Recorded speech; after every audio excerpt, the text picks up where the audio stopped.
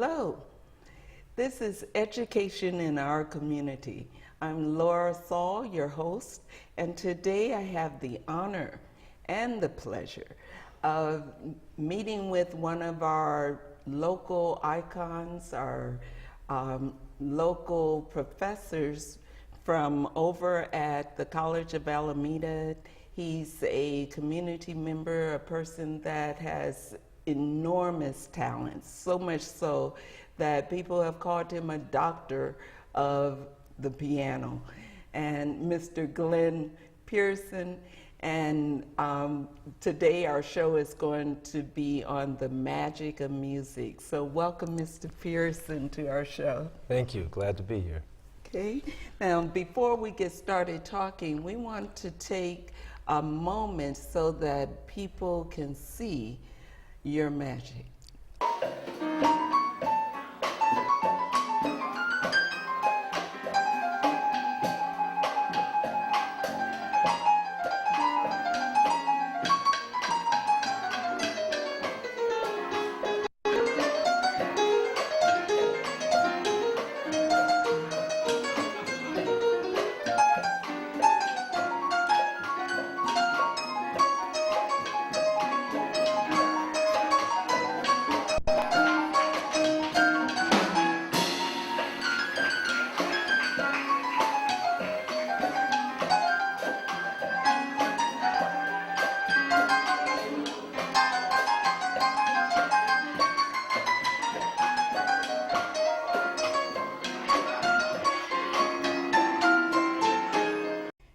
That was just unbelievable.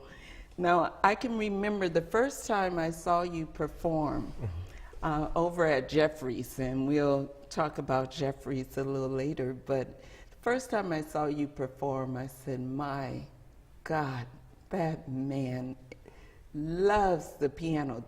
You made the piano come alive. It was as though the piano, the keys were part of your fingers, and it lifted you up off the seat. I just found myself being so amazed. But before we get deeper into that, I wanted to talk about how it is you got involved in playing the piano. I was actually exposed to quite a bit of music as a young child, even before I got to kindergarten. There was music in my home. My dad actually, it's interesting, I only found out years later that my parents met at a church function in Louisiana, and where they were both born in the Arcadia, Gibson area. But there was a church function where my dad was singing as part of a male quartet that they met.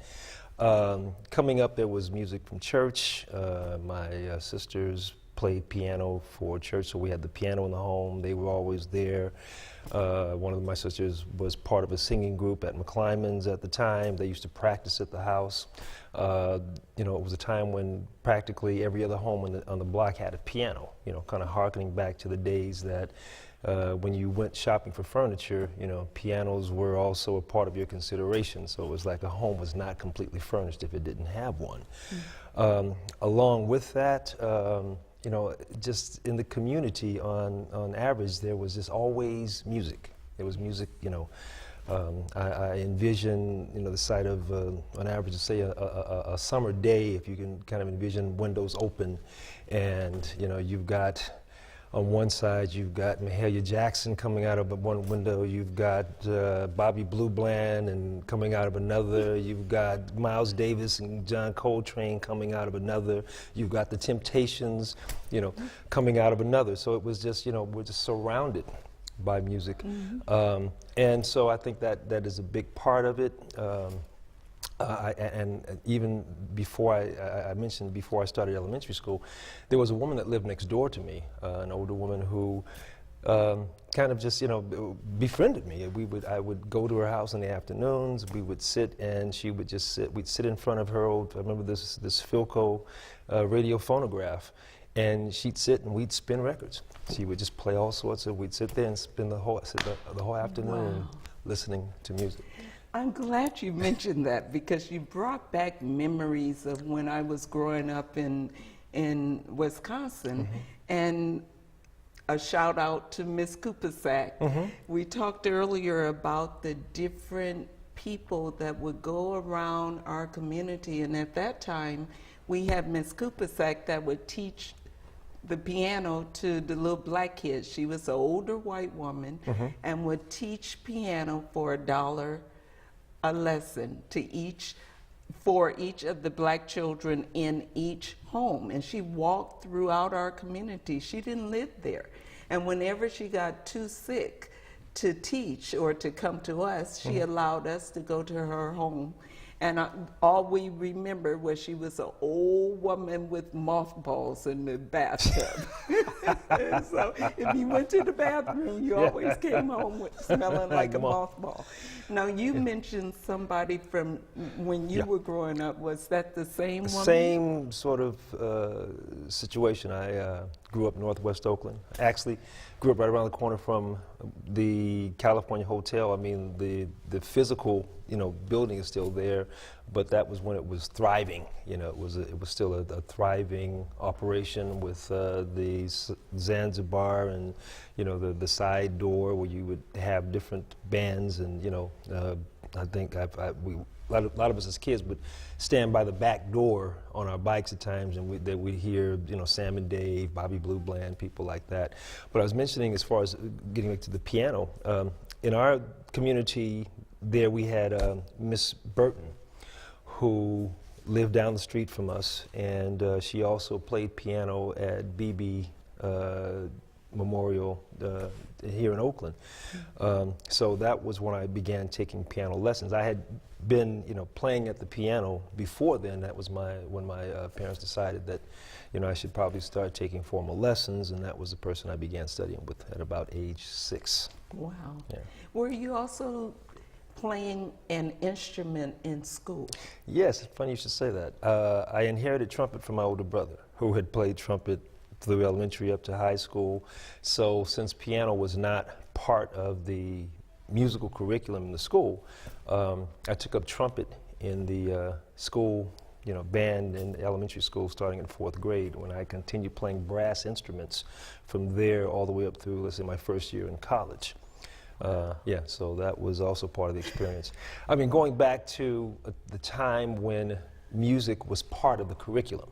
Okay, I mean, on a daily basis, especially by the time I got to junior high school, 3rd period was band, 5th period was choir, and you got a grade. I mean, it wasn't, after school or before school or extracurricular. It was an entrenched part of the, the daily curriculum, and you got that report card. How did I do in band? Or how did I hope Miss Gillespie didn't ding me for being late to choir. I mean, so you had those sort of things that were going on, but it was very much a part of the regular school day. It also taught a lot about discipline.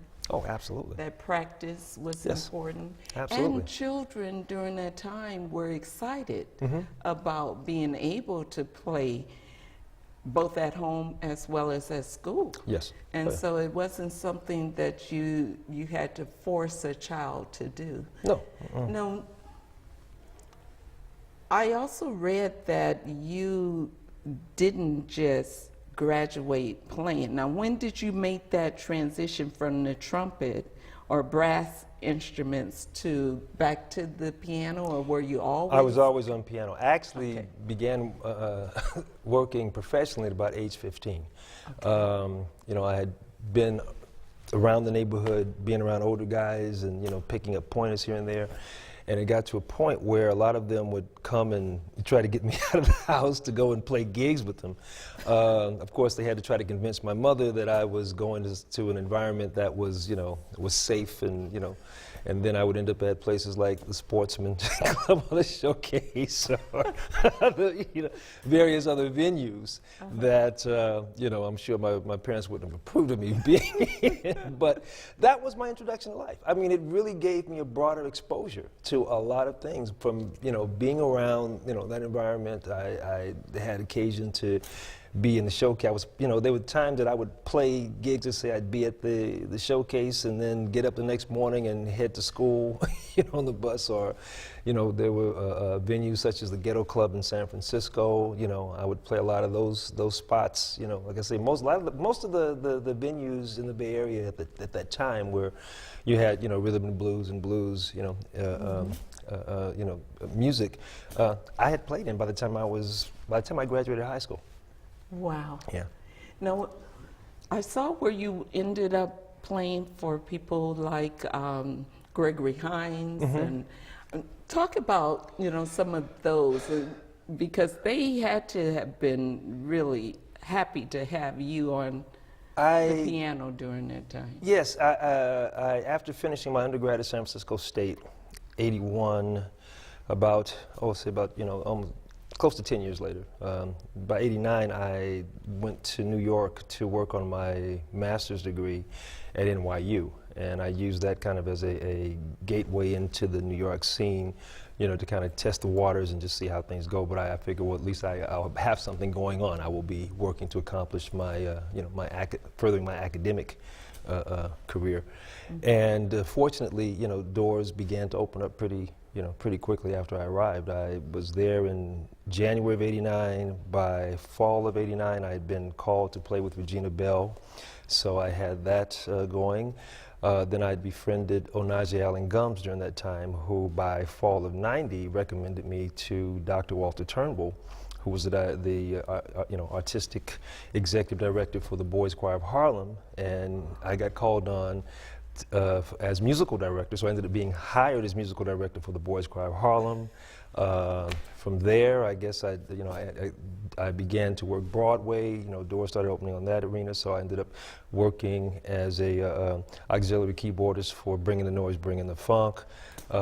Then I think by '94, I picked up a position with Little Jimmy Scott, so I ended up working with Little Jimmy Scott for a few years. The Broadway connection eventually led to me working on a show called The Ride Down Mount Morgan, off Broadway in I think it was probably around 97, which involved Patrick Stewart. It was a play that had been written by I'm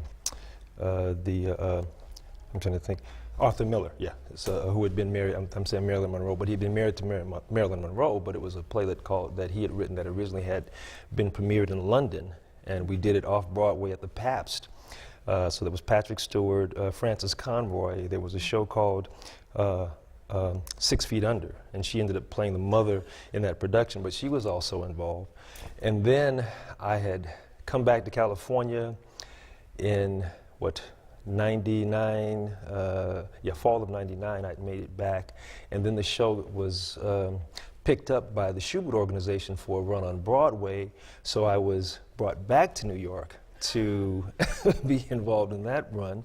Okay. So, like I say, there was the exposure to being, particularly working with Patrick Stewart, AKA Captain Picard from, Star Trek, but just really being able to see people work their craft. Yes. I think one of the things, when you talk about, I don't know, some people may debate me on this, but I would say between New York and LA, I think there's a question more of craft than there is the idea of, the stardom factor. Mm-hmm. For example, Patrick Stewart, prior to coming in and doing that production, he had done a one-man show in Milwaukee. Now, he didn't need to do that, but I think it was just a part of him honing his theater, his theatrical, skills, just to be up to what he felt up to par when he came in to do the Broadway run. Here's someone who has a background from the Royal Shakespeare, theatrical company in London. Wow. But so my time in New York was very rewarding, I would say. Now, when you came back to California, mm-hmm. what brought you back the first time?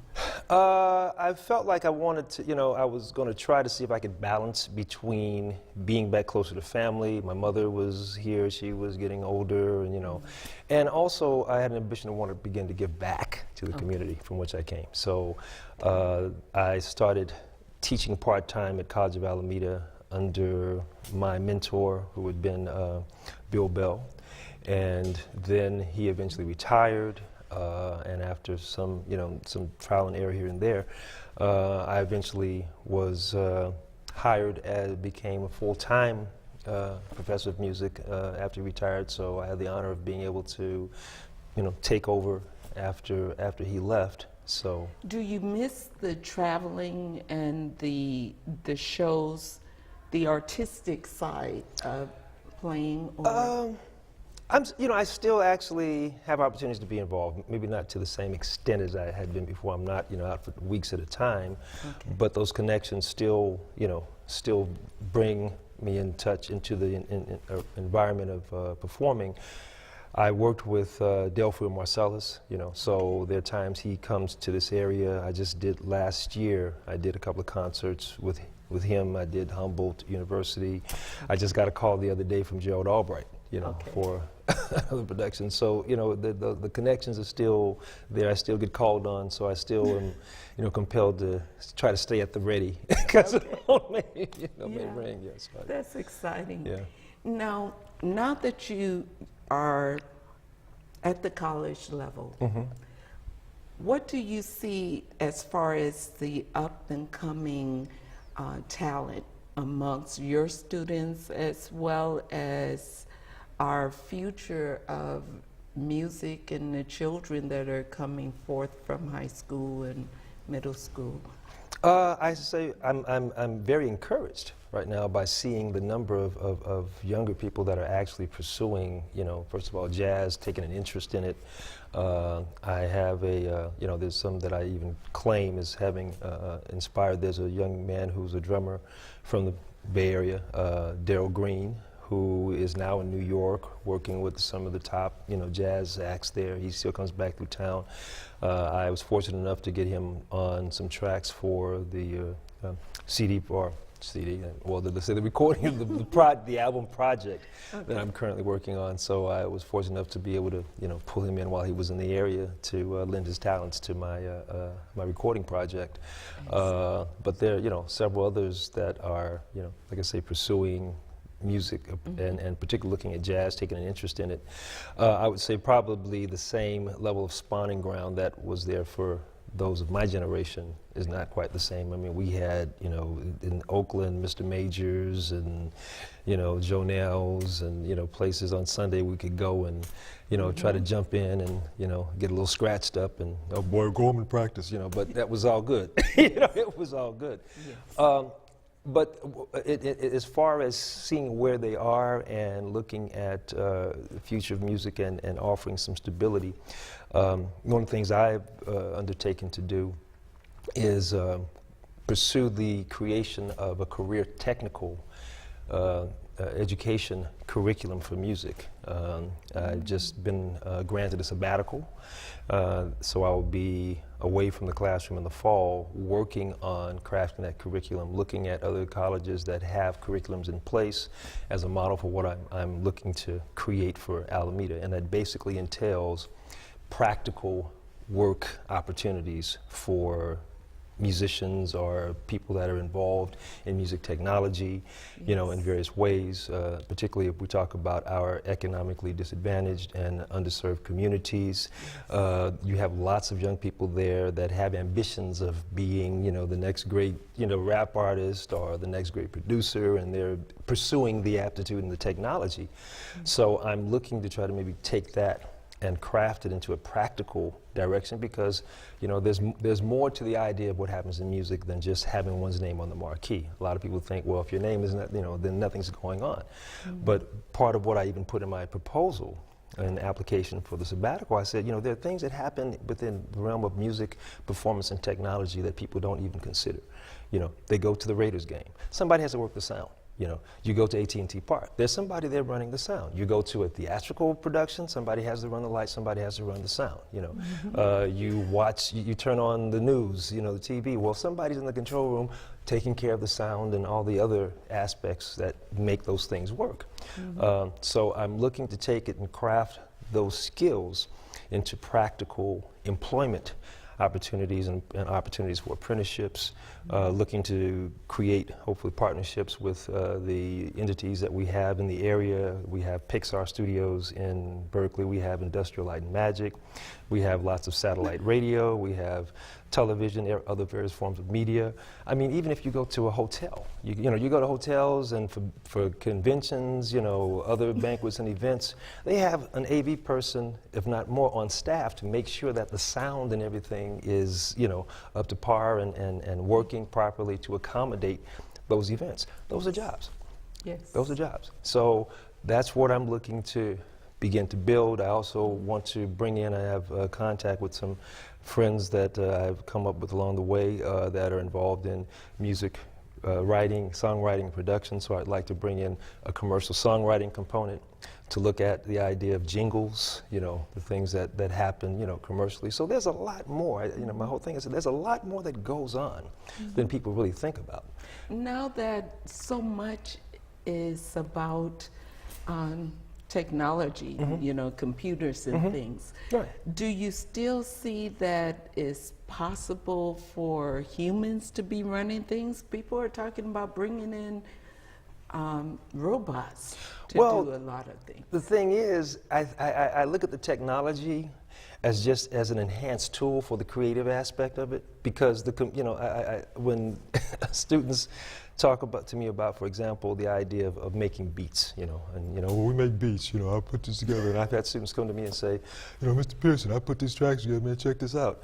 And I'm able to sit there and listen. I say, well, that's a Bootsy Collins bass line that you sampled. I hear that, and a lot of times they don't even realize themselves. I said, well, that's a horn line from Earth, Wind, and Fire. So it still calls upon the creative resources, the creative foundation, the idea of beats. The beats themselves did not come out of the computer.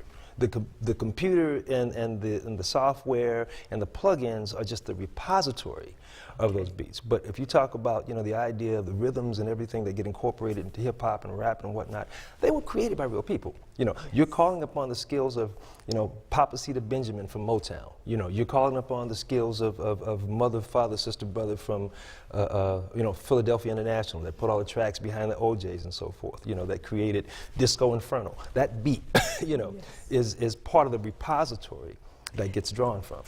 Thank you for saying that, because so often people feel like, what's the point? Everything is going to be about the computer. No. Now that I have you here, though, I want you to express what you feel is needed on the lower level so that it makes it easier for people to get to the junior college and be prepared to follow in this magical music industry. What is missing? They've taken music out of most of the schools, eliminated a lot of the instruments, and teachers aren't being paid to teach like they once were in the schools. Music. We just more or less won a battle with regards to recent paradigms as far as how music education has been thought of or prioritized, I should say. We've been dealing for the longest, they've been talking about this idea of STEM, okay? For the longest it was, STEM as being the core basis of curriculum, focus. Mm-hmm. That is science, technology, engineering, and math. Mm-hmm. Okay, those of us in the artistic and musical arena have been arguing against that with regards to saying that, look, music is all of that. Music and the creative arts incorporates science, it incorporates technology, it incorporates engineering, it incorporates math. Mm-hmm. Okay? You can't argue. If you're going to tell me that music theory does not call upon the same,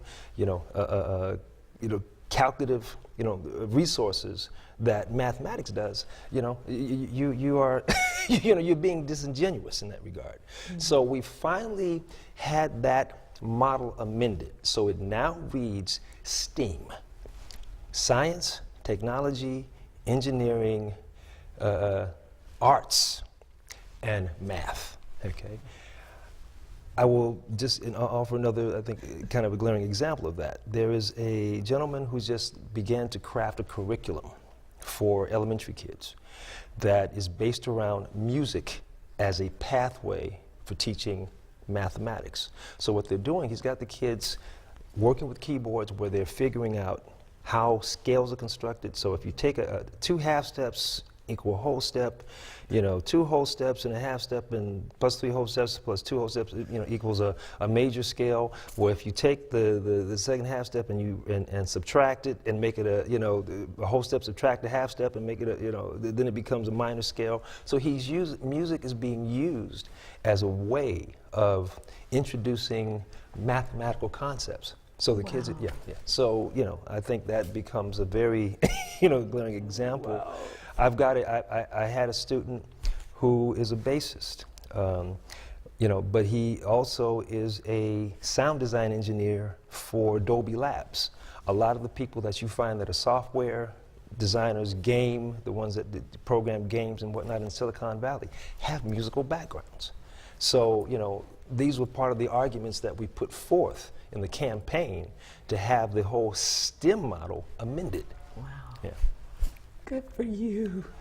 I'm loving this because so much of the artistic sides of us has been pushed aside. Yes. But that's where so many of our children, particularly black and brown children, Yeah, absolutely. that's where we have come up from. Right. You know, with the music being in our homes and in our neighborhoods, and